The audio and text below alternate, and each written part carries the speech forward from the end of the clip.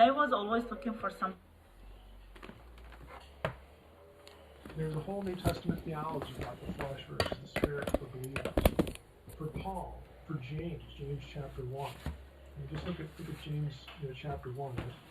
But I might as well just go and read it so that people can have this in their heads. In James chapter 1, he writes this. Let's see here.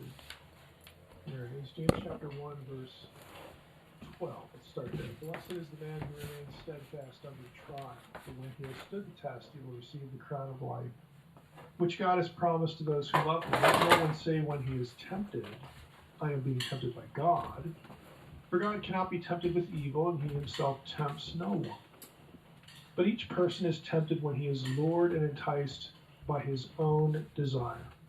Then desire, when it has conceived, gives birth to sin, and sin, when it is fully grown, brings forth death. I mean, the passage doesn't say each person is tempted when he's lured away by the demon of fill in the blank. I mean, you don't have this in New Testament theology. In Romans 7, you have Paul struggling with his own flesh. Peter writes about his own struggle with it, the struggle between fleshly lusts which war against the soul. And the reason is in New Testament theology, we are redeemed people who are trapped in unredeemed bodies. Okay, we are subject to the temptations and weaknesses of life, of our flesh. That's where New Testament theology comes in. So I have a real problem, with ministries that want to link behaviors and failures that we should just, own up to and take responsibility for. They want to link that to a demon. Because that makes you a victim. It makes you not responsible. You're just a helpless victim. No, you're not. You're not a helpless victim.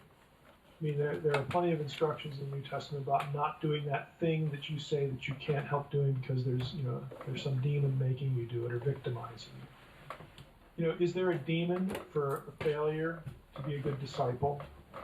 I asked you, is there a demon for incompetence? Is there a demon of incompetence? Is there a demon of I'm not a good disciple?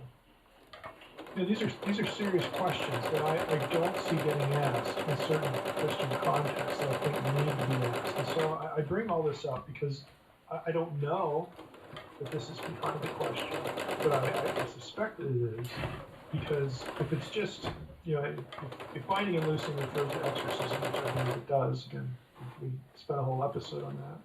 I think that's abundantly demonstrable.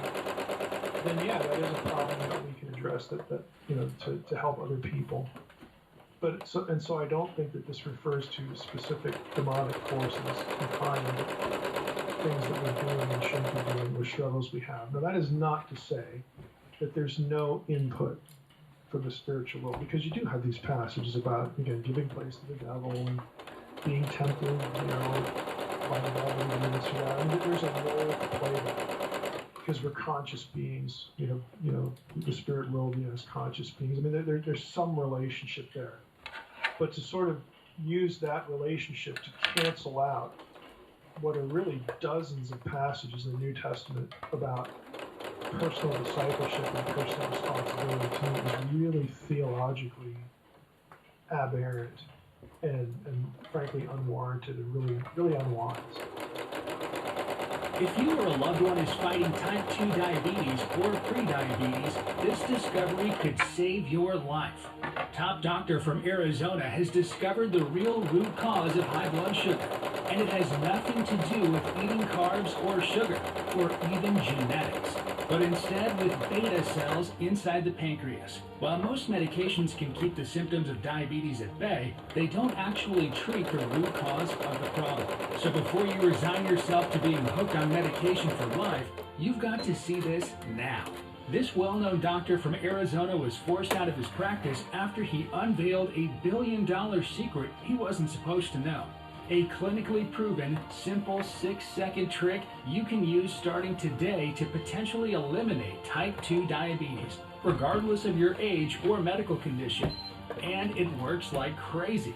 More than 43,000 people are already doing it, and they have been able to treat their type 2 diabetes successfully, while also losing pound after pound of diabetic fat. Remember, this has nothing to do with meds, fad diets, exercise, or expensive treatments. Well, stop everything you're doing and click the link below to watch a short, free special video this doctor created. The $390 billion diabetes industry doesn't want you to see this video and discover the extraordinary diabetes fighting secret. Watch it now before it's too late.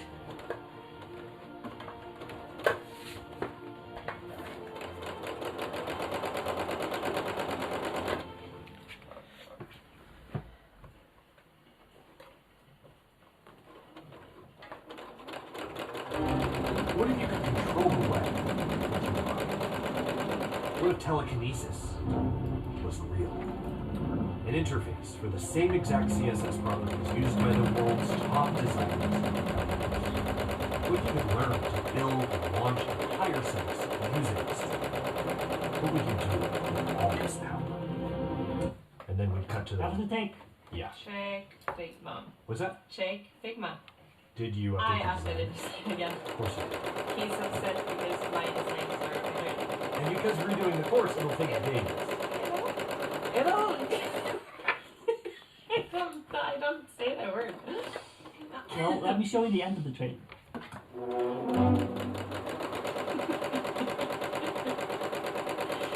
Oh, no, that's just the first part.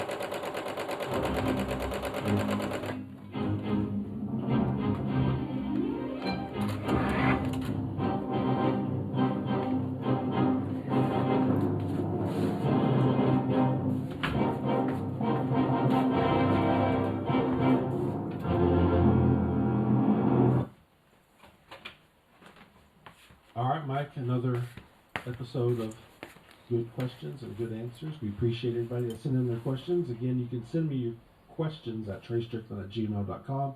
And Mike, next week we're going back to another single topic. And we're gonna talk about a specific word, a single word that a lot of Christians know this to go around, but the word